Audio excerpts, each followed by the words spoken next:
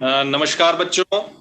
जैसा कि हम सभी जानते हैं कि आज का ये जो अवेयरनेस सेशन है, इसके टारगेट ऑडियंस, टारगेट ग्रुप आप सब हैं। सभी बच्चे और उनके जो शिक्षक हैं जो आज इस वेबिनार के थ्रू हमसे जुड़ रहे हैं, उनको आज हम अगले लगभग 1 घंटे में राज्य साइबर सेल की ओर से ये बताने का प्रयास करेंगे कि जिस तरह से हम आज की जो स्थिति चल रही है पैंडेमिक की, उसमें हाथ धोना, सुरक्षित दूरी रखना या फिर मास्क पहनना, इन सब चीजों को अपनाते हैं, उसी तरह से जब आप मोबाइल और इंटरनेट टेक्नोलॉजी का उपयोग करते हैं तब कुछ बातों का आपको ध्यान रखना जरूरी है, जिसको हम साइबर हाइजीन या नेटिकेट के रूप में भी समझ सकते हैं।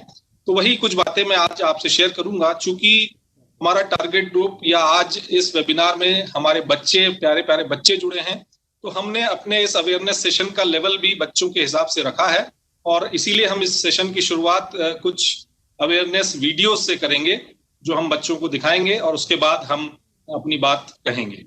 बच्चों, आज के इस दौर में जब आप मोबाइल और इंटरनेट का प्रयोग लगातार कर रहे हैं, चाहे वो ऑनलाइन आपकी क्लासेस हों, चाहे ऑनलाइन आपके असाइनमेंट्स हों या किसी और काम के लिए, तो आपको ये ध्यान रखना पड़ेगा कि आप जो है उस तकनीक को, जो टेक्नोलॉजी आपको दी गई है, उसका किसी भी तरह से मिसयूज ना करें और ना ही आप इस जो टेक्नोलॉजी जिसको आप लगातार यूज कर रहे हैं, इसका कोई गलत प्रयोग कर पाए। बस इसको स्टार्ट से कर लें जी।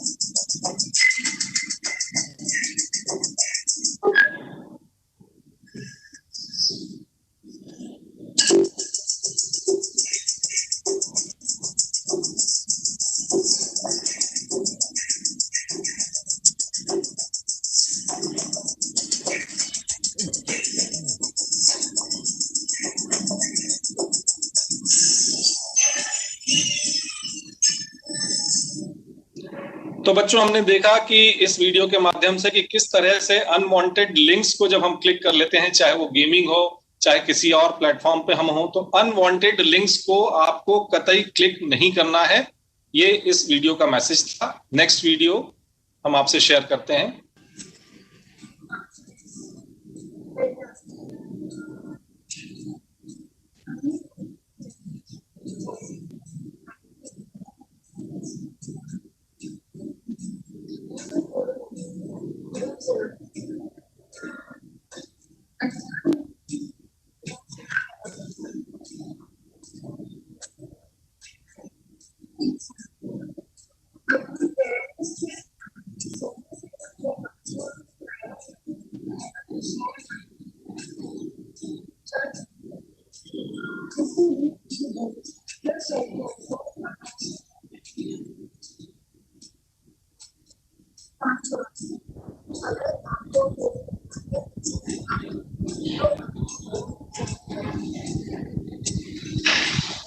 तो बच्चों, देखा आपने कि ये जो 5 इंटरनेट सेफ्टी टिप्स हैं, ये आपको बताती हैं कि किस तरीके से आपको जिम्मेदारी पूर्ण व्यवहार करना है जब आप इंटरनेट पे हैं।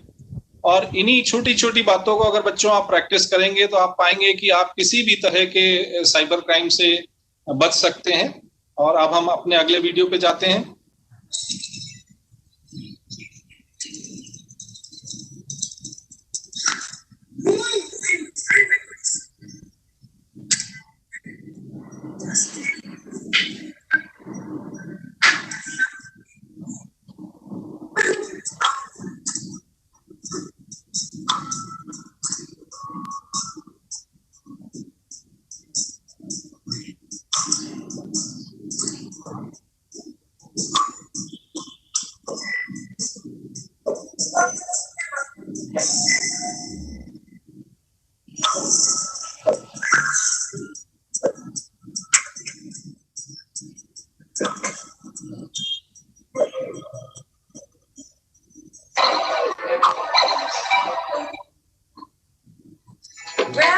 Come here. I brought you your special cookies.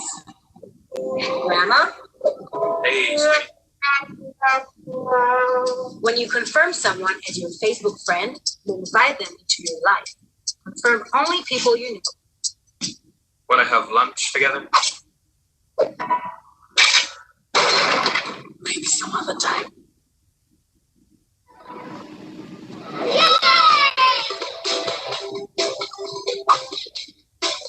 जब आप किसी को ऑनलाइन सोशल मीडिया पे अपना दोस्त बनाते हैं तो उसको आप एक तरीके से अपनी जिंदगी का हिस्सा बनाते हैं, उससे आप अपने मोमेंट शेयर करते हैं। तो इसलिए कभी भी कोई फ्रेंडशिप रिक्वेस्ट जब आप एक्सेप्ट करते हैं तो बहुत ही सावधानी से ये कार्य आपको करना होगा। इस वीडियो के माध्यम से ये बात शेयर की, और साथ ही अपनी प्राइवेट इंफॉर्मेशन कम से कम आप अगर ऑनलाइन करेंगे तो उससे आपका बचाव हो सकता है। बच्चों, इस बात को ध्यान रखेंगे। अगला वीडियो हम देखते हैं।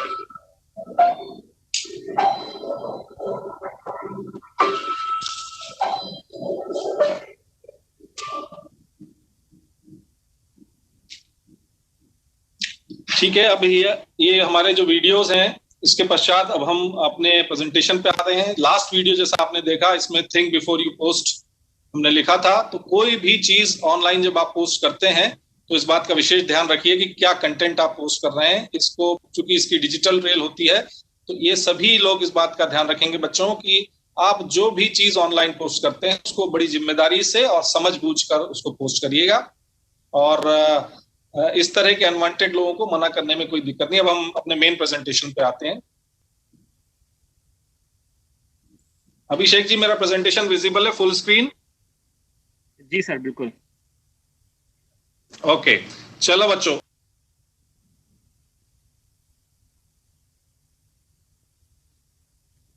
अब हमें थोड़ी सी तकनीकी समस्या वीडियो में आई, उसके लिए क्षमा चाहते हैं, लेकिन हम अब आगे बढ़ते हैं।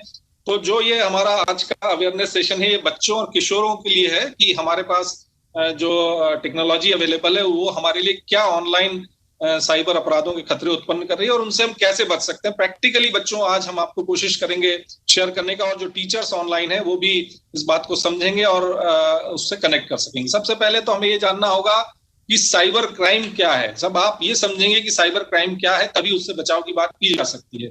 तो साइबर स्पेस जो होती है, ये एक नोशनल एनवायरनमेंट है, काल्पनिक वातावरण है साइबर स्पेस, जहां पर भी इंटरकनेक्टेड नेटवर्क है, संचार जो साधन है वो उपलब्ध हैं, चाहे वो कंप्यूटर्स हो, चाहे दूसरे कम्युनिकेशन डिवाइसेस हो, और ये आपस में कम्युनिकेट कर रहे हैं। और जब इस स्पेस में, साइबर स्पेस में कोई अपराध होता है तो वो साइबर क्राइम के नाम से जाना जाता है।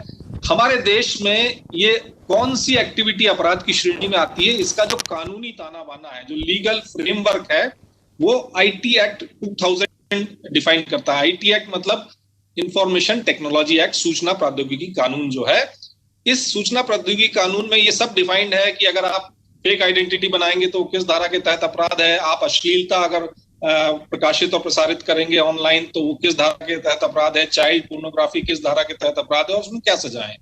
तो निश्चित तौर पर हम आगे जो हमारी केस स्टडीज है उसमें देखेंगे कि किस तरह से हमारे जो बच्चे और युवा हैं आज न सिर्फ इसके शिकार हो रहे हैं, विक्टिम बन रहे हैं, बल्कि वो खुद भी कई बार जाने अनजाने अपराध का हिस्सा बन रहे हैं, साइबर क्राइम का हिस्सा बन रहे हैं। ये बहुत गंभीर मसला है और इसीलिए हम आगे जो केस स्टडीज हैं उसके माध्यम से बच्चों ये बताएंगे आपको कि किस तरीके से आपको ये इन चीजों से बचाव करना है। इसमें मैंने दो चीजें और लिखी हैं इस स्लाइड में, वो है सोशल मीडिया और डिजिटल भुगतान, क्योंकि ज्यादातर जो साइबर क्राइम हो रहा है वो उसके लिए यही दो प्लेटफॉर्म्स जो हैं वो दिखने में आ रहे हैं।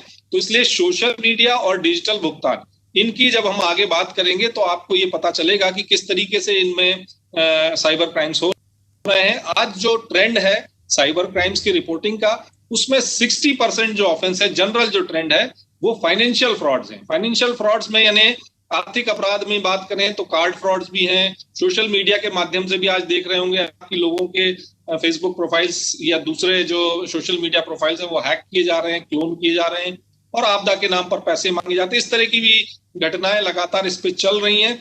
तो हम सबसे पहले ये जानेंगे कि साइबर क्राइम क्या है।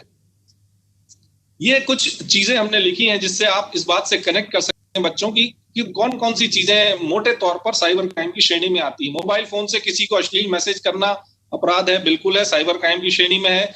किसी का पासवर्ड, किसी का ईमेल आईडी संज्ञान के बिना उपयोग करना, हैक करना, ये अपराध है, हैकिंग में आता है।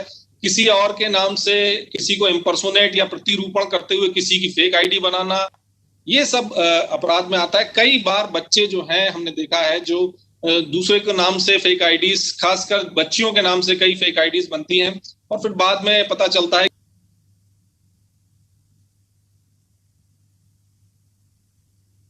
कि उनके ही किसी दोस्त ने, उनके ही किसी पड़ोसी ने वो आईडी बनाई है। तो ये साइबर क्राइम की श्रेणी में आता है और इसको अगर हम जिम्मेदारी पूर्वक समझेंगे तो इस तरह का कोई कार्य हम ना करेंगे। यह जानते हुए कि जो कम्युनिकेशन डिवाइस है, मोबाइल हो, लैपटॉप हो या इस तरह की तमाम चीजें हैं, अगर वो चोरी की हैं और अगर हम उसको रिसीव करते हैं, रिटेन करते हैं, अपने पास रखते हैं, उपयोग करते हैं, तो ये निश्चित तौर से साइबर क्राइम है। सेक्शन 66B इसके लिए डिफाइन किया गया है आईटी एक्ट में। तो ये भी कोई गतिविधि, क्योंकि आज की तारीख में हम देखते हैं कि कई बार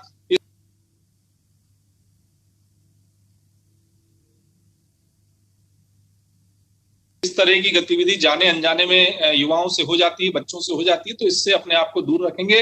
मोबाइल के माध्यम से आपत्तिजनक फोटो, किसी का प्राइवेसी वायलेट करना, वीडियो बनाना, इंटरनेट पे डाल देना, एमएमएस बना देना, ये सभी बच्चों अपराध की श्रेणी में आता है और हमको इनसे दूर रहना है। साइबर क्राइम बढ़ने के अगर हम कारण देखें तो इंटरनेट और मोबाइल टेक्नोलॉजी का जो उपयोग है वो निश्चित तौर पे बढ़ा है और ये एक प्रगतिशील समाज की निशानी भी है। आज की तारीख में हमारे देश में 100 करोड़ से ज्यादा मोबाइल उपभोक्ता हैं, 50 करोड़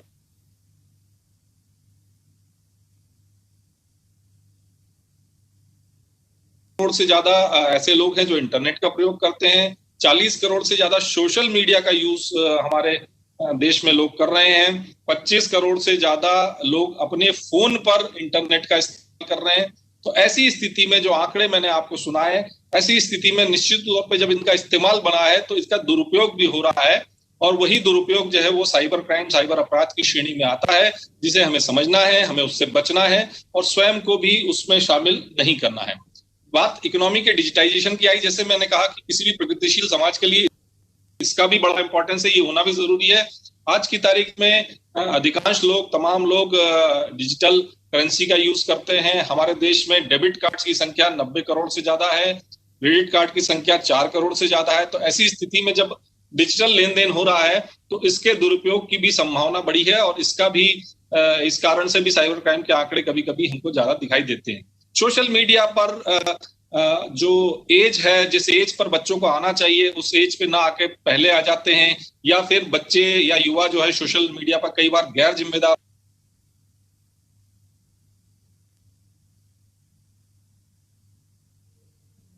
व्यवहार करते हैं।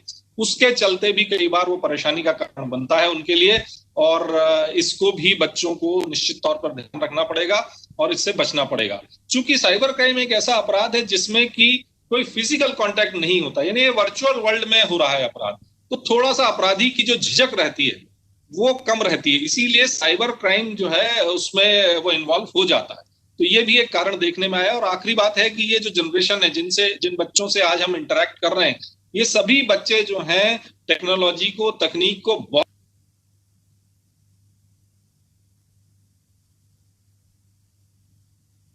अच्छे से समझते हैं। आप सब लोग जानते हैं कि किस तरह से ये मोबाइल और इंटरनेट टेक्नोलॉजी का प्रयोग करना है, लेकिन इसी टेक फ्रेंडली या इसी टेक सेवी होने के कारण भी कई बार आपके लिए ये परेशानी का सबब बनता है। निश्चित तौर पे हम सबको तकनीक की समझ होना चाहिए, लेकिन उसको हम साइबर क्राइम के दायरे से बाहर या हम जिम्मेदारी पूर्वक करें, इस बात को हमको समझना होगा।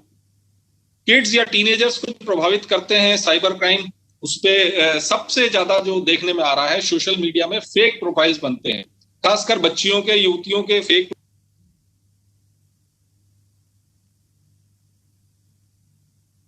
प्रोफाइल्स की शिकायतें काफी संख्या में आती हैं और इन शिकायतों में हम लोग जो है एक्टिवली, जो साइबर पुलिस है या जो नॉर्मल पुलिस है वो इस पर एक्टिवली करती है और ज्यादातर मामलों में ये देखा गया है कि कोई पुराना दोस्त या कोई ऐसा व्यक्ति जो आपको किसी तरीके से परेशान करना चाहता है वो फेक प्रोफाइल बनाता है। इसमें हमारा यही कहना है कि जैसे ही आपको इसकी जानकारी मिलती है तत्काल इसकी सूचना या इसकी जानकारी जो है वो आप लॉ एनफोर्समेंट एजेंसी को दें ताकि इस पे कार्रवाई की जा सके। इसी तरह से सोशल मीडिया पे जो प्रोफाइल्स हैं वो आजकल काफी संख्या में हैक हो रहे हैं।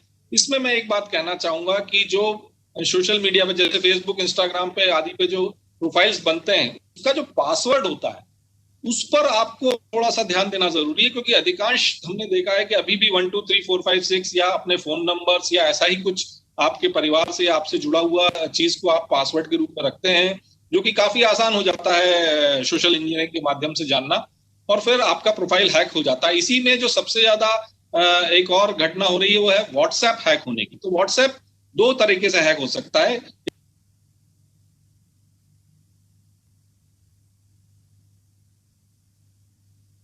एक तो कोई अगर आपने अपना स्क्रीन लॉक प्रॉपर नहीं रखा है और व्हाट्सएप खुला अगर किसी को मिल जाए तो वो आपका क्यूआर कोड स्कैन करके और व्हाट्सएप वेब पे आपके व्हाट्सएप को ले सकता है, एक ये तरीका है। दूसरा, आपके व्हाट्सएप नंबर पे कोई लॉटरी खुली है या उसका कोई इनाम खुला है, इस नाम पर आपको वो कहेगा कि आपके मोबाइल पे एक ओटीपी भेजा गया है, जबकि वो दूसरे मोबाइल से आपके नंबर का व्हाट्सएप रजिस्टर करने का प्रयास कर रहा होता है और फिर आप ही से ओटीपी लेकर आपका व्हाट्सएप उसके मोबाइल पर चलने लगता है। इस तरह की घटनाएं भी प्रकाश में आ रही हैं।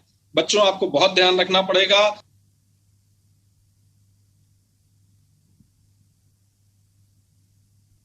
अगर आपके माता पिता ने, आपके अभिभावकों ने आपको कोई गैजेट्स दिए हैं तो उनको ध्यान रखिए, उनमें प्रॉपर स्क्रीन लॉक लगाइए, उनके पासवर्ड शेयर मत करिए और समय समय पर अगर कोई असामान्य गतिविधि उसमें होती है तो तत्काल वो भी जो है उसको भी नोटिस में लाइए। सोशल मीडिया पर अश्लीलता की घटनाएं भी किड्स को, टीनेजर्स को प्रभावित करती हैं। इसमें भी साइबर में अपराध बना है। सेक्शन 67 जो है वो डेडिकेटेड है इसी के लिए और इसको भी साइबर क्राइम की परिधि में रखा गया है। निजता का उल्लंघन, यानी किसी के प्राइवेट फोटोग्राफ्स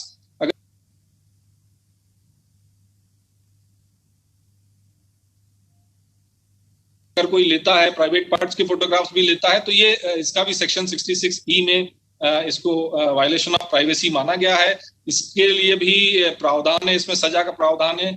बच्चे आजकल ऑनलाइन गेमिंग का बच्चों में बहुत क्रेज है। हालांकि कई सारी ऐसी जो एप्स या गेम्स हैं ऑनलाइन जो बंद हो चुके हैं, उसके बावजूद भी बच्चे नए नए गेम्स को खेलते हैं। वो क्रेज भी कई बार उनको साइबर क्राइम की ओर या विक्टिम के रूप में, पीड़ित के रूप में साइबर क्राइम का बनाता है। हम आगे केस स्टडीज में देखेंगे कैसे वो होता है। ये जो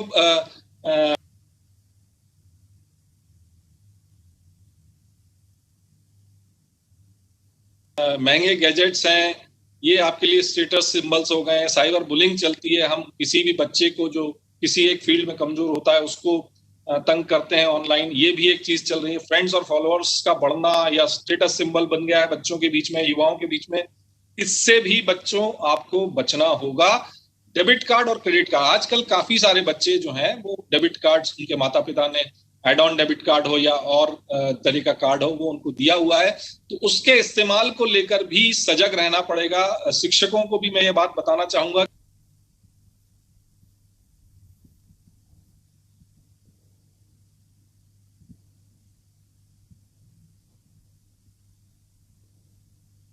कि जिस तरीके से आप अपने कैश के लिए सजग रहते हैं उतना ही सजग आपको अपने डेबिट कार्ड और क्रेडिट कार्ड को लेकर रहना होगा। क्योंकि हम अक्सर ही मान लेते हैं कि हमारा डेबिट कार्ड अगर किसी के हाथ में लग भी गया या क्रेडिट कार्ड किसी को मिल भी गया तो वो उसका क्या दुरुपयोग कर सकता है। पर मैं आपको यहाँ बताना चाहूंगा कि वो आपके पिन की जानकारी के बिना भी उसका दुरुपयोग संभव है।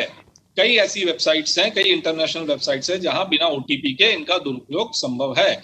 अब नई व्यवस्था के तहत आपको इंटरनेशनल परचेजेस उसमें बैन किया गई है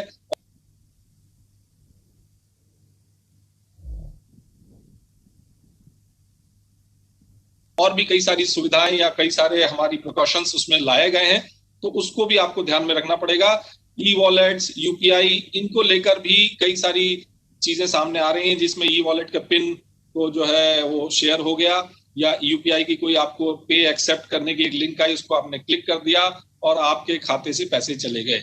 ये वो अपराध हैं मोटे तौर पे जो हमारे किड्स को और टीनेजर्स को प्रभावित करते हैं। इसमें चाहे आप OLX को भी जोड़ लें या इस तरह की जो घटनाएं होती हैं जो जिसमें ठग जो हैं वो किसी वेबसाइट पर, डेटिंग वेबसाइट पर आ गए हैं, वो भी बच्चों को कहीं ना कहीं जो अप्रोप्रिएट एज में ना होते हुए भी उस तरह की साइट्स पे चले जाते हैं, उनको प्रभावित करती है। उनके साथ एक्सटॉर्शन जैसी घटनाएं भी देखने में आई हैं।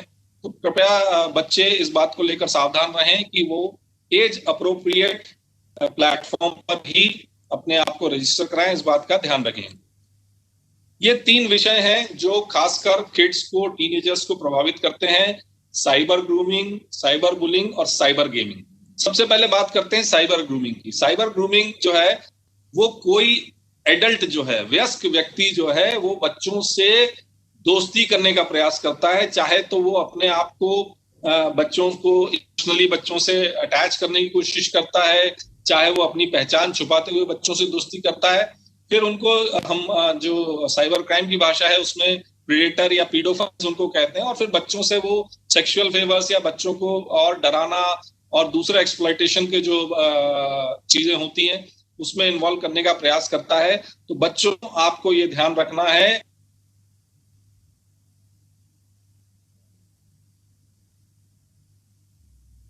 कि ऑनलाइन वर्चुअल वर्ल्ड में जो आपको दिख रहा है सामने वाला, जरूरी नहीं है कि वो वही हो। इसलिए आप किसी भी अनजान व्यक्ति से दोस्ती ना करें जब तक कि किसी को आप जानते ना हो, क्योंकि साइबर ग्रूमिंग एक ऐसी फील्ड है जिसमें कई सारे पीडोफाइल्स या परवर्ट लोग जो होते हैं वो इसमें बच्चों को बातों में उलझा के, डरा के, धमका के गतिविधियां करने का प्रयास करते हैं। लेकिन हम चाहते हैं कि बच्चे इससे सावधान रहें। अनजान लोगों से किसी भी सूरत पे, चाहे वो सोशल नेटवर्किंग हो, इंस्टेंट मैसेजिंग हो,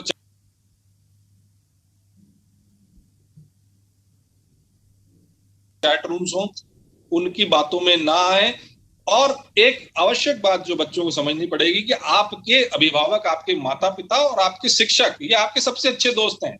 इनसे आप छोटी से छोटी बातें, अगर ऑनलाइन कोई भी गतिविधि ऐसी हो रही हो जिसमें आपको डर लग रहा हो, जिसमें आपको संशय हो, उसको आप शेयर करिए और तभी आप ऑनलाइन सुरक्षित रह पाएंगे। इसी तरह की जो गतिविधि है वो है साइबर बुलिंग। साइबर बुलिंग में अक्सर ये देखा गया है कि कोई कमजोर बच्चा होता है, वैसे जैसे खेल के मैदान में किसी कमजोर बच्चे का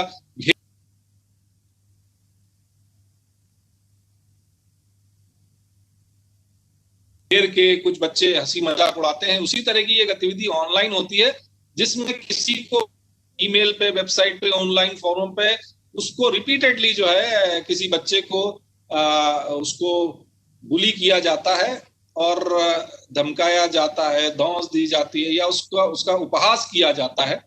बच्चों, ये किसी भी तरीके से किसी भी गतिविधि में इस तरह की आप ना पड़ें, क्योंकि अब धीरे धीरे आप ये पाएंगे कि इस तरह के जो साइबर बुलिंग के केसेस हैं वो रिपोर्ट होने लगे हैं, और वो बच्चा जो है अगर शिकायत करता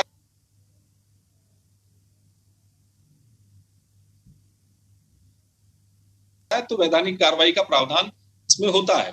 तो कृपया करके बच्चे इस साइबर बुलिंग वाली एक्टिविटी से दूर रहें। कई बच्चे, ये भी देखा गया है, कई स्कूल्स के फोरम्स में बच्चे जो हैं वो शिक्षकों के लिए भी इस तरह का कृत्य करते हैं। वो भी बच्चे ये सोचते हैं कि वो बहुत टेक सेवी हैं, बहुत टेक्नोलॉजी का इस्तेमाल जानते हैं। मैं कई सारे अवेयरनेस सेशन में जाता हूं जब मैं पाता हूं कि 6th क्लास के बच्चे वो इस तरह के शब्दों का इस्तेमाल करते हैं, कार्डिंग क्या है या इस तरह की बातें जो सामान्य तौर पर उनकी जानकारी में ना होना चाहिए थी या उनके इंटरेस्ट का विषय नहीं होना चाहिए था।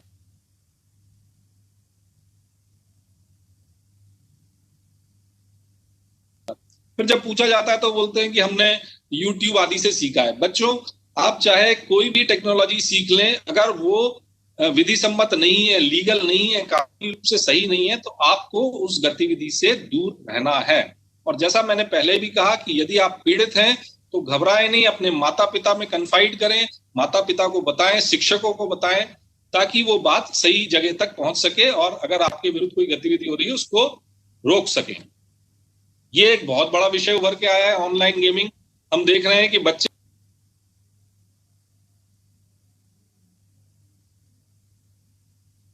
जो है आजकल ऑनलाइन गेमिंग के लिए माता पिता को डिमांड करते हैं, ज्यादा समय के लिए उनको मोबाइल या गैजेट प्राप्त हो उसकी कोशिश करते हैं। और इसमें कई सारी ऐसी गतिविधियां भी हुई हैं जिसमें बच्चे महंगे गैजेट्स या महंगे मोबाइल लेने की उन्होंने कोशिश भी की है, और इससे बच्चों का जो ओवरऑल जीवन की दिनचर्या है वो भी बदली है। तो कृपया करके बच्चे ऑनलाइन गेमिंग को एक एंटरटेनमेंट के माध्यम के रूप में देखें। 24 घंटे में आधा घंटा 1 घंटा समझ में आता है, पर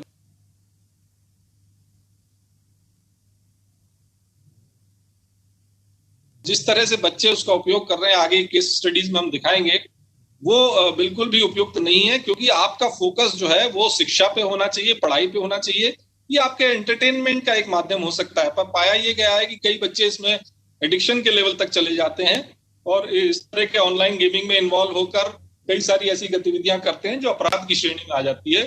तो बच्चों, हम आपसे कहना चाहेंगे कि ऑनलाइन गेमिंग को सिर्फ और सिर्फ एंटरटेनमेंट के तौर पर देखिए, और उसका एक नियमित, अगर खेलना ही है आपको तो एक नियमित समय निर्धारित करिए।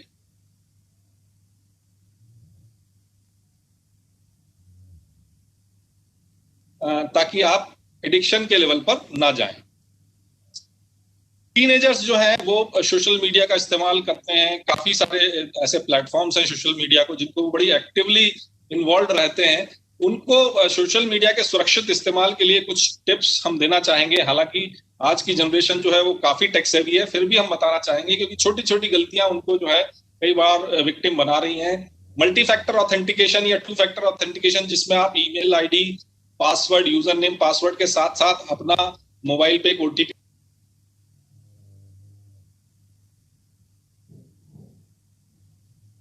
भी लेते हैं, ईमेल पे ओटीपी भी लेते हैं।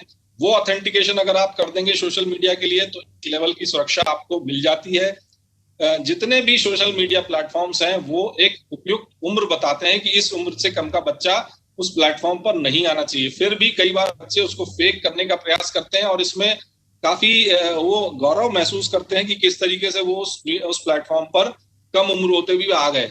हम यहाँ ये कहना चाहेंगे कि यहाँ पेरेंट्स की, शिक्षकों की भी जिम्मेदारी है कि अगर बच्चे उपयुक्त उम्र में उस पर नहीं आ रहे हैं प्लेटफॉर्म पे, या उससे पहले ही उस प्लेटफॉर्म को ज्वाइन कर रहे हैं, तो उसको डिस्करेज करें और उस बात को उनके माता पिता के नॉलेज में लाएं। ज्यादातर प्लेटफॉर्म जो है वो 13 साल इसकी उम्र जो है रखी है उन्होंने। कुछ प्लेटफॉर्म्स ऐसे हैं जहां 16 साल भी उम्र रखी गई है।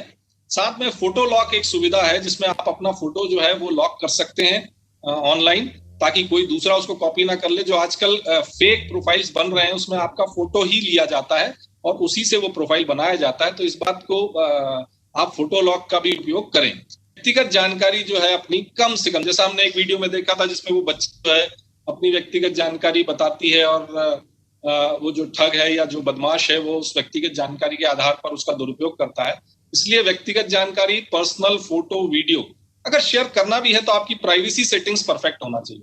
प्राइवेसी सेटिंग्स परफेक्ट हो, सही लोगों को आपने दोस्त की तरह जोड़ा हुआ हो, तो शायद आप समस्या आपके लिए ना आएगी। पर इस बात को आपको बहुत ज्यादा प्रूडेंस से, बहुत ज्यादा गंभीरता से पालन करना पड़ेगा। किसी अजनबी की फ्रेंड रिक्वेस्ट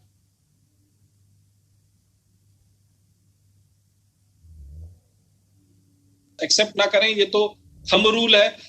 कई फ्री ऑफर्स और डाउनलोड स्कीम आती हैं आपको सोशल मीडिया पर, जिनको आप या तो वो चूंकि आपके इंटरेस्ट का विषय होता है या कोई और लालच होता है तो उनको आप एक्सेप्ट कर लेते हैं, जिसमें कई सारे ऐसे मालवेयर्स रहते हैं जो आपको नुकसान पहुंचा सकते हैं। भविष्य में आपकी जो प्राइवेट जानकारियां हैं या आपका डाटा है उसको एक्सप्लॉइट कर सकते हैं। इसलिए इनसे भी बच्चों बनना है। तो टीनेजर्स के लिए हमने बच्चों की बात इसमें कर ही नहीं रहे हैं, क्योंकि टीनेजर्स को ही सोशल मीडिया का इस्तेमाल करना है। जैसा मैंने कहा 13 की एज ही मिनिमम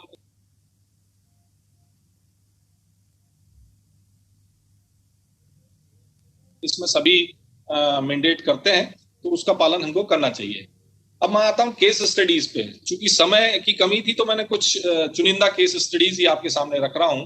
ये एक जो बीगो लाइव करके एक ऐप था जो चाइनीज होने के कारण बैन भी हो चुका है, लेकिन इसके कारण भी कई सारे जो है विक्टिम के रूप में सामने आए हैं। जैसे हमारे पास जो एक केस है जिसमें एक युवक ने बीगो लाइव में लाइव वीडियो स्ट्रीमिंग की सुविधा रहती है इसमें, तो उसने एक युवक ने एक युवती से दोस्ती की लाइव वीडियो स्ट्रीमिंग में, और उसमें डायमंड्स और गिफ्ट्स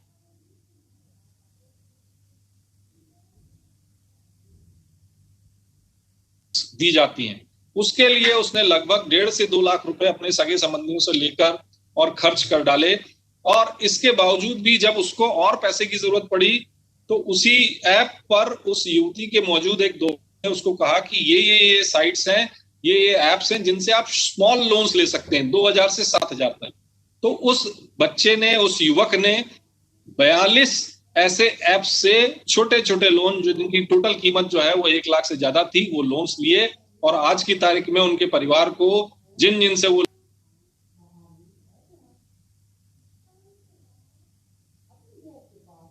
लोन्स लिए गए, जिन ऐप से, जिन एजेंसी से उनके नोटिसेस आ रहे हैं। तो ऐसी कोई भी गतिविधि जहां ऑनलाइन आपको पैसा खर्च करना पड़ रहा है, उस गतिविधि पे पेरेंट्स, शिक्षक भी निगाह रखें, और बच्चों आपको ऐसी गतिविधियों से दूर रहना चाहिए। ये आपके लिए उपयुक्त गतिविधियां नहीं है। इसी तरह से जो दूसरा केस स्टडी है, पेइंग गेस्ट केस, इसमें एक बच्ची जो है वो पीजी अकोमोडेशन में अपनी सहेली के साथ रहती थी। यहाँ जो उसका जो बच्ची से गलती हुई वो ये थी कि उसने अपना जो गैजेट था, जो मोबाइल फोन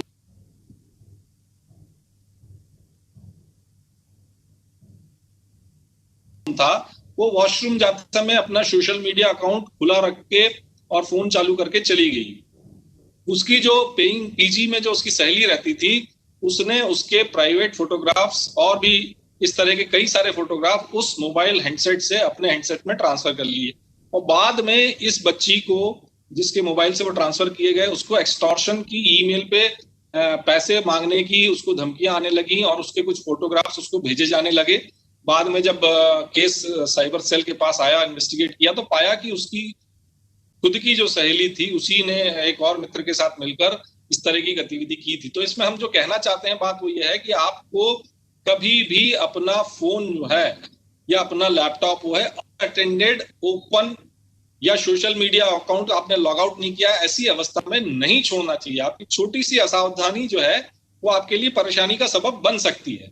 वो केसेस हैं जिसमें बच्चे जो विक्टिम के तौर पर सामने आए हैं। कुछ केसेस ऐसे हैं जिसमें बच्चे अनजाने जाने में खुद भी जो है उसका अपराध का हिस्सा बन गए। जैसे ये इमेज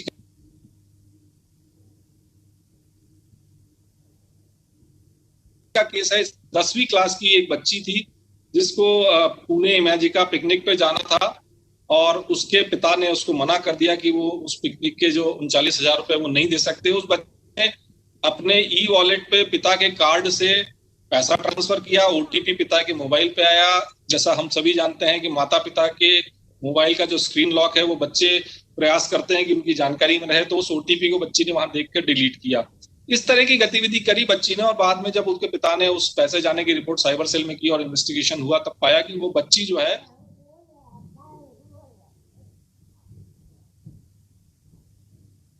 उसके द्वारा इस तरह की गतिविधि की गई है। तो इस तरह की गतिविधियों में बच्चों आपको नहीं पढ़ना है। आपके माता पिता, आपके शिक्षक ही आपके सही साथी हैं, और वो जैसा आपको गाइड करेंगे उसी हिसाब से आपको चलना है। चीप आईफोन केस, इस केस में इंस्टाग्राम पर एक 11वीं क्लास के बच्चे ने एक पेज बनाया जिसमें चीप आईफोन्स बेचने का उसने लिखा। 16,000, 12,000, 18,000 में आईफोन्स का दिया, और उसने फिर जब उससे व्हाट्सएप चैटिंग पे लोग पूछते थे कि ये आईफोन कब डिलीवर होगा, तो कहता था कि पहले एडवांस पेमेंट करिए, और उसने फिर एक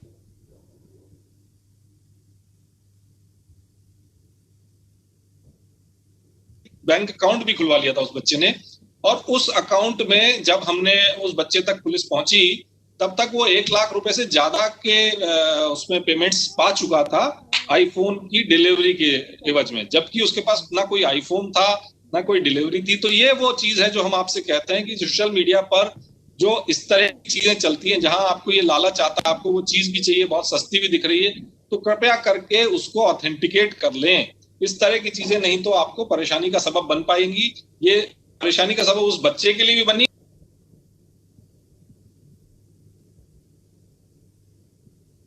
और जिन्होंने पैसे जमा किए थे उनके लिए भी बनी।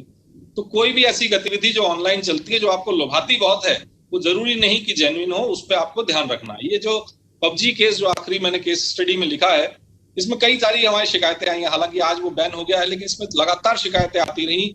एक व्यक्ति ने शिकायत करा कि उनके खाते से या उनके कार्ड से 42,000 रुपए चले गए। जब केस को इन्वेस्टिगेट किया तो उनका खुद का बेटा जो है फर्स्ट ईयर का था, इंजीनियरिंग का छात्र था, उसने वो 42,000 ट्रांसफर किए थे। जब उससे पूछताछ की गई तो बच्चे ने बताया कि वो एक मॉडल है महंगा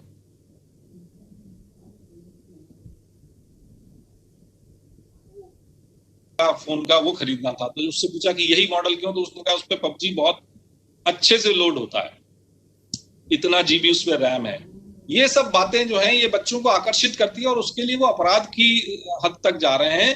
तो इसमें हमारा भी एज पेरेंट्स और एज टीचर्स हमारा रोल है कि हम उसको देखें। इसी तरह के पबजी के केस में एक मदर ने रिपोर्ट किया कि उनके खाते से 17,000 चले गए। तो चेक किया तो उनका 11 साल का 6th क्लास का बच्चा, उसने अपनी मदर के कार्ड से, एटीएम कार्ड से पैसा अमेजन के माध्यम से उसमें कुछ एसेसरीज खरीदी,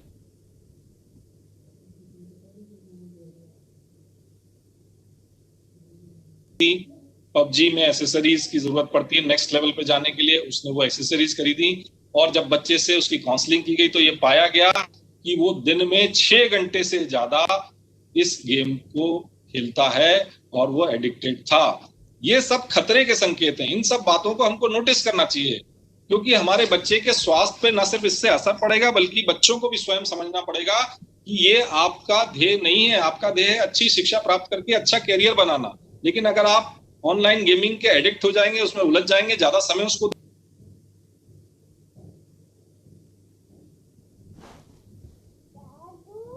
देने लगेंगे, तो आप पाएंगे कि शारीरिक और मानसिक रूप से भी आप उसमें उसका असर आप पर हो रहा है। तो कृपया करके इन चीजों से दूर रहें। अब प्रश्न ये आता है कि आपको बचाव के उपाय क्या हैं, किस तरीके से आप इनसे बच सकते हैं।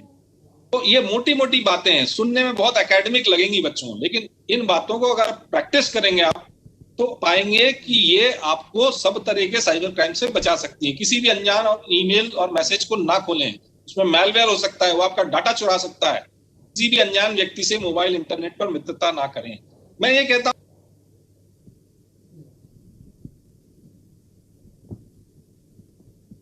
हूं जब आप रियल वर्ल्ड में कोई घर की घंटी बजाता है या दरवाजा खटखटाता है तो आप उससे पूछते हैं कि कौन है। ऐसे ही वर्चुअल वर्ल्ड में यदि कोई व्यक्ति आपसे फ्रेंडशिप करना चाहता है तो पहले उसको ऑथेंटिकेट कीजिए, पहले ये पहचान स्थापित कीजिए। आप सिर्फ अपना नंबर ऑफ फ्रेंड्स बढ़ाने के लिए या अपना स्टेटस सिंबल बढ़ाने के लिए मित्रता करते हैं, वो आपके लिए परेशानी का सबब बन सकता है। आप कभी भी कोई गतिविधि करें, अपने कार्ड से कोई पेमेंट करें तो कोशिश करें कि आप अपने स्वयं के मोबाइल या स्वयं के लैपटॉप से करें। शेयर्ड कंप्यूटर या साइबर कैफे यथासंभव ना करें। अगर बहुत जरूरी हो जाए तो फिर वर्चुअल कीबोर्ड का इस्तेमाल आप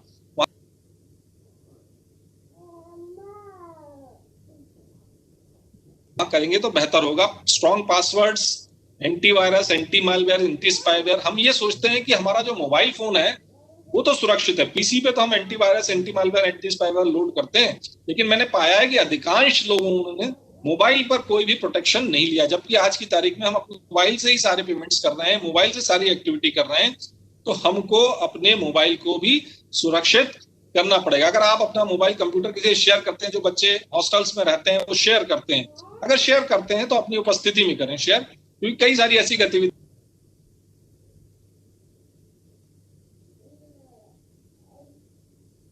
हैं जिनसे आपको समस्या हो सकती है। अगर आपको लगता है कि आपका कंप्यूटर या मोबाइल अचानक स्लो हो गया या और कोई ऐसी चीज है जिसको आप संदेह की दृष्टि से देखते हैं, तो तत्काल आपको जो है इन विषयों से संबंधित विशेषज्ञ उनसे संपर्क करना चाहिए। कई ऐसी साइट्स होती, कई ऐसी वेबसाइट्स होती हैं जो आकर्षक स्कीम्स और कई सारी ऐसी बातें करती है जो आपको लुभाती है, क्योंकि वो आपके इंटरेस्ट का विषय रहता है। आप उस पर सर्फ करते हैं। कई सारे बच्चे जो हैं, कई सारे युवा जो हैं, अनजाने में या कई बार उत्सुकतावश ऐसी एडल्ट साइट्स को विजिट कर लेते हैं जहां पर सर्फिंग करने से उनकी कई सारी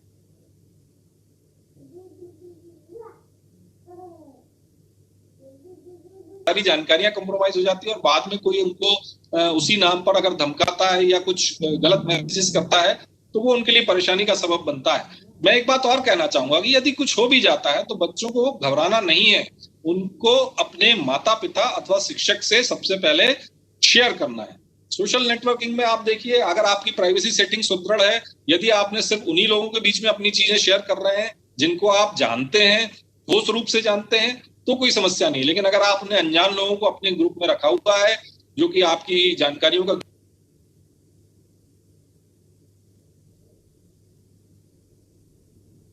दुरुपयोग कर सकते हैं तो आपके लिए समस्या का कारण बन सकती है। अपना जो प्राइवेट इंफॉर्मेशन है, जैसे आपका मोबाइल नंबर, बैंक अकाउंट, ये सब बातें ऑनलाइन किसी भी सूरत में देने से बचें। जहां तक हो सके इन चीजों को आप ऑनलाइन डिस्प्ले ना करें। आप ये भी गतिविधि बहुत चल रही है कि हमको किसी कस्टमर सपोर्ट पे कोई सहायता चाहिए तो हम गूगल सर्च पे जाते हैं और वहां कस्टमर सपोर्ट ढूंढते हैं। वहां पर ठगों ने अपने नंबर्स रजिस्टर करा रखे हैं कस्टमर सपोर्ट के नाम से। तो कई बार ऐसा होता है, जैसे हाल ही में अभी एक शिकायत दर्ज हुई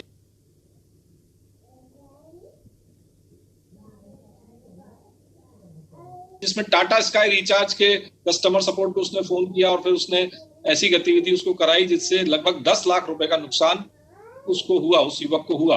तो इस तरह से आप कस्टमर सपोर्ट अगर आपको तलाशना है तो ऑथेंटिक वेबसाइट्स पर जाइए, उन बैंक्स की, उन सर्विसेज की ऑथेंटिक वेबसाइट्स पर जाइए। गूगल सर्च पे जो सब कुछ है उसको अंतिम सत्य ना माने तो ठीक रहेगा। कोई भी व्यक्ति अगर आप फोन करके बोलता है कि मैं बैंक से बोल रहा हूँ, इंश्योरेंस कंपनी से बोल रहा हूँ, आपके क्रेडिट कार्ड, डेबिट कार्ड का नंबर मांगता है, ओटीपी मांगता है, पिन नंबर मांगता है, ये आपको किसी सूरत में शेयर नहीं करना।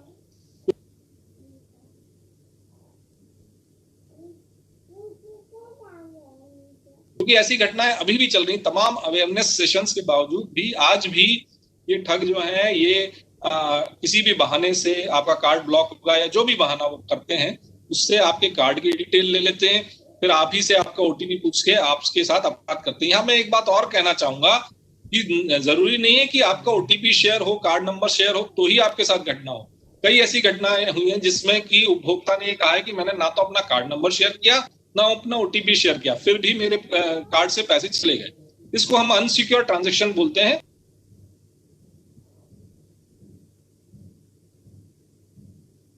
और आरबीआई की गाइडलाइन है कि अगर किसी व्यक्ति के साथ ऐसी घटना हो जाती है तो अगर वो 72 घंटे के अंदर इस बात की शिकायत दर्ज करा लेता है तो बैंक की लायबिलिटी है कि उसको फुल रिफंड करें। इस बात को भी हमको दिमाग में रखना पड़ेगा, घबराएं नहीं, उसकी हम शिकायत दर्ज कराएं। हमने ये कहा कि हम किसी भी अनजान व्यक्ति के कहने पर ये शेयर नहीं करेंगे, लेकिन आज की तारीख में कुछ एप्लीकेशंस हैं, रिमोट शेयरिंग एप्लीकेशंस हैं, जिनके नाम मैंने यहाँ लिखे हैं, एनीडेस्क है, क्विक सपोर्ट है, एयर ड्रॉइड है। हो सकता है वो जेन्युइन मकसद के लिए बनी हूं, लेकिन जो ठग हैं उनका उपयोग कर रहे हैं आपके स्क्रीन को, आप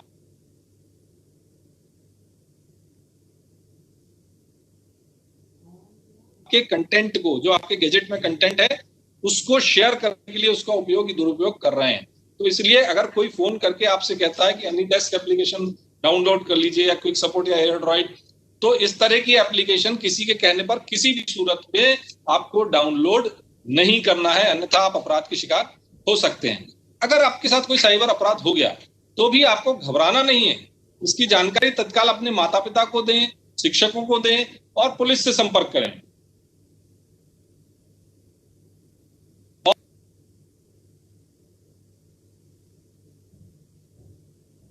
और कोई भी जानकारी पुलिस से ना छुपाएं, पूरी जानकारी आप पुलिस को बताएं। ये रिपोर्ट कैसे और कहां करनी है, अगर ये बात आप देखें तो साइबर क्राइम का रिपोर्टिंग पोर्टल नेशनल लेवल पे मिनिस्ट्री ऑफ होम अफेयर्स, केंद्रीय गृह मंत्रालय ने बनाया है, www.cybercrime.gov.in।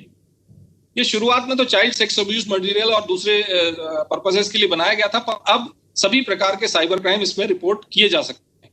यहाँ ये भी कहना चाहूंगा कि इसमें आप एनोनिमस रह के भी, मतलब अपना नाम बताए बिना भी इसमें रिपोर्ट करा सकते हैं। और अगर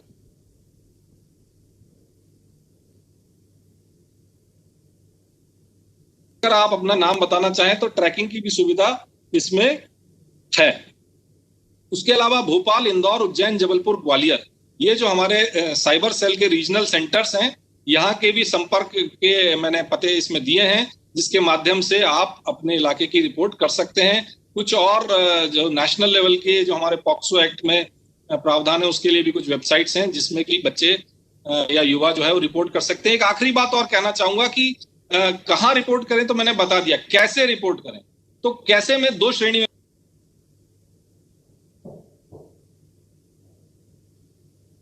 बताऊंगा। अगर आपके साथ कार्ड फ्रॉड हुआ है तो सबसे पहले आपके कार्ड के पीछे, जो कार्ड के पीछे कस्टमर सपोर्ट नंबर या टोल फ्री नंबर दिया, उस पर फोन करके अपना कार्ड ब्लॉक कराइए। फिर जिस बैंक से आपका ये कार्ड इश्यू हुआ था वहां पर जाकर अपना डिस्प्यूट फॉर्म या कंप्लेंट फॉर्म भरिए और ट्रांजैक्शन की जानकारी के साथ निकटस्थ पुलिस स्टेशन या साइबर सेल में अपनी रिपोर्ट दर्ज कराइए। ये तो बात हो गई कार्ड फ्रॉड्स की। अगर सोशल मीडिया पे कुछ आपके साथ अपराध हुआ है तो आपको अपना यूआरएल, उस जो भी वो प्रोफाइल है उसका यूआरएल होता है जो ऊपर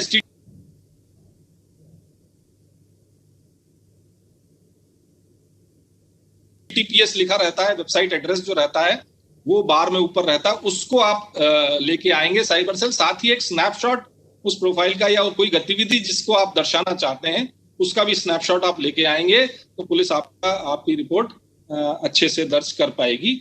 यही मैं कहना चाहता हूं। और ये मेरा फोन नंबर और ईमेल आईडी है। अगर भविष्य में कोई संपर्क करना चाहेंगे युवा, बच्चे, शिक्षक, तो मैं उनको यथासंभव सहयोग करने का प्रयास करूंगा। धन्यवाद। बच्चों और युवाओं को सोशल मीडिया पर और फाइनेंशियल फ्रॉड्स, ये दो आज की बहुत बड़ी चुनौतियां हैं जिससे उनको अपने आप को तैयार करना है साइबर हाइजीन और नेटिकेट्स के माध्यम से। अगर सोशल मीडिया की बात करें तो हमको मल्टी फैक्टर ऑथेंटिकेशन जो है, जिसमें कि आप ईमेल आईडी, यूजर पासवर्ड के साथ एक और ओटीपी अपने ईमेल पर या अपने फोन पर भेजते हैं, वो आप तैयार रखिए, उसको यूज करिए। उसके अलावा अपनी प्राइवेसी सेटिंग्स जो है उनको दुरुस्त रखिए। अनजान लोगों से दोस्ती ना करें। Appropriate age appropriate social media platforms आप ज्वाइन करें। अनजान जो भी लिंक्स आपके पास आती हैं, चाहे वो एसएमएस के माध्यम से आए, चाहे आपके मैसेंजर पर आए, उन लिंक्स पर आपको क्लिक नहीं करना है। इन बातों को ध्यान रखिए। इसी तरह से अगर फाइनेंशियल फ्रॉड्स की बात करें तो किसी भी व्यक्ति से आपको अपना एटीएम कार्ड का नंबर, क्रेडिट कार्ड का नंबर, ओटीपी, पिन, ये सब चीजें शेयर नहीं करना है, क्योंकि वो जो ठग है वो किसी भी तरह से आपको, चाहे वो बैंक वाला बन के बात करेंगे, चाहे इंश्योरेंस वाला बन के बात करेंगे, किसी भी तरह से वो आपकी फाइनेंशियल जानकारियां लेना चाहते हैं ताकि वो फाइनेंशियली आपको नुकसान पहुंचा सकें। एक और जो गतिविधि देखने में आई है कि जो बच्चे हैं, युवा हैं, वो कस्टमर सपोर्ट, जो गूगल पर कस्टमर सपोर्ट नंबर है, जो काफी संख्या में ठगों ने वहां पर भी नंबर रजिस्टर करा रखे हैं, उन सर्विसेज को अप्रोच करते हैं और फिर वो लोग जो है रिमोट शेयरिंग एप्लीकेशंस जैसे एनीडेस्क है, एयरड्रॉइड है, क्विक सपोर्ट है, ऐसी एप्लीकेशंस डाउनलोड करवाते हैं और फिर उसके माध्यम से बच्चों का स्क्रीन शेयर हो जाता है, उनकी जो फाइनेंशियल डिटेल्स है वो शेयर हो जाती है और फिर बच्चों को नुकसान पहुंचाते हैं। इसलिए हमको युवाओं को, बच्चों को इन सब बातों का ध्यान रखना चाहिए। हमारी जो साइबर हाइजीन है, छोटी छोटी बातें हैं, अनजान लिंक को क्लिक नहीं करना, वर्चुअल कीबोर्ड को यूज करना, सोशल मीडिया पर अनजान लोगों से दोस्ती नहीं करना, 2 फैक्टर ऑथेंटिकेशन रखना, जहां तक हो सके shared computer, shared laptop, shared mobile से फाइनेंशियल ट्रांजैक्शंस नहीं करना। हम अपने स्क्रीन लॉक्स जो हैं, जो हमारे मोबाइल पर और लैपटॉप्स पे हम स्क्रीन लॉक्स कई बार लगाते हैं, उन स्क्रीन लॉक्स को हम बिल्कुल शेयर ना करें, इस बात को ध्यान रखना। और अगर हमारे साथ कोई अपराध हो भी जाता है तो हमें घबराने की जरूरत नहीं है, क्योंकि हम तत्काल अपने माता पिता, शिक्षक, अपने नजदीक के दोस्त की जानकारी में उस बात को लाएं और फिर उसको रिपोर्ट करने के जो मैकेनिज्म है, जैसा मैंने बताया कि एक पोर्टल है केंद्र सरकार का www.cybercrime.gov.in। इस पोर्टल पर जाकर मध्य प्रदेश के किसी भी कोने से कोई भी व्यक्ति अपनी शिकायत दर्ज करा सकता है। जिस थाना क्षेत्र के जिस थाना क्षेत्राधिकार की वो शिकायत होगी,